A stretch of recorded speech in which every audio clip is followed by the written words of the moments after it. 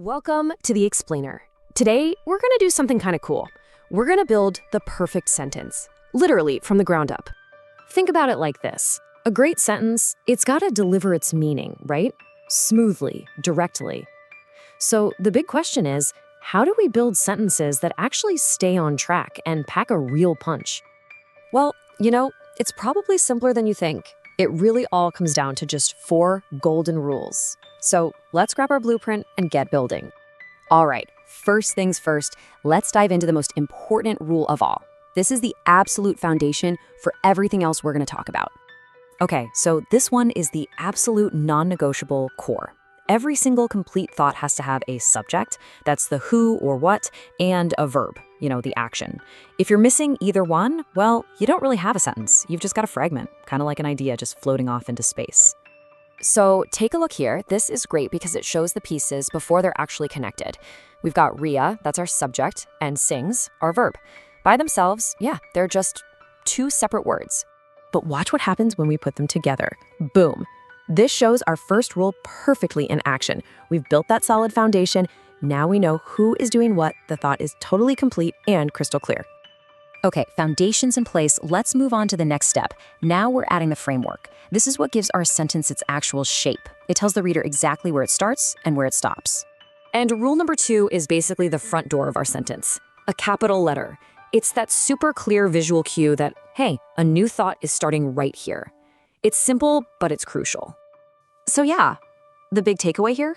A capital letter isn't just a nice suggestion. It's the thing that gives the sentence clarity and structure from the moment someone looks at it. And if a capital letter is the front door, then punctuation is the back wall.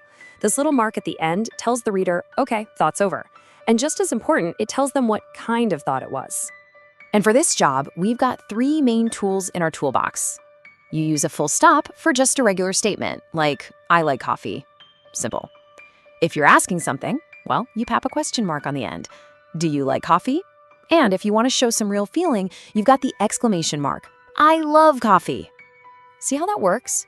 The exact same words, but each punctuation mark gives them a totally different vibe, a different purpose. Punctuation is so powerful. It's really like the body language for your writing. All right, on to our next section. This one's all about the connection, the stuff that holds the whole structure together. You can think of it like the mortar between the bricks. Honestly, this is where a lot of people get tripped up, so let's really break this one down. So, rule number 4. Now, this one sounds complicated, but I promise it's not. It just means that if your subject is singular, one person or thing, the verb has to match. If the subject is plural, more than one, the verb changes to agree with it. It's that simple. And getting this right, it makes you sound like you know what you're talking about. This is a perfect example right here. Look at the difference. A single person, he, gets that S on the end of the verb, plays. But a group, they just use the regular verb without the S, play. This little chart lays it all out perfectly, but here's the golden rule, the one thing to remember. The verb only gets an S when the subject is third person singular. So we're talking he, she, it, or a single name like Ria. For everything else, I, you, we, they, nope, no S. That's it. So you can see that little S is kind of like a grammatical fingerprint, right? It only shows up when the subject is one person or thing. But, and this is super important, not when it's I or you. That's the key thing you gotta remember. Okay, you've got the blueprint, you know the 4 golden rules. So what do you say we do a little final inspection? Let's test out those new building skills. Okay, practice number 1. Take a look at this sentence. Can you spot the foundation? Who or what is actually doing the action here? That's it, the cat. That's our subject. It's the one doing the sleeping. See? Nice and simple. All right, next up, let's check the connections, the joinery. What's wrong with this sentence? Take a second. Think back to that S rule we just talked about.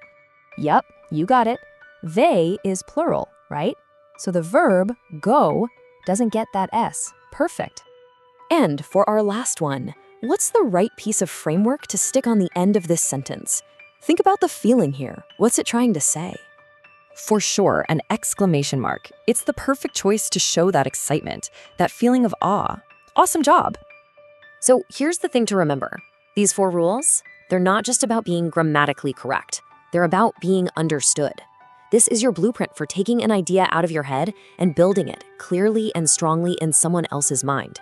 So now the only question is, what are you going to build with it?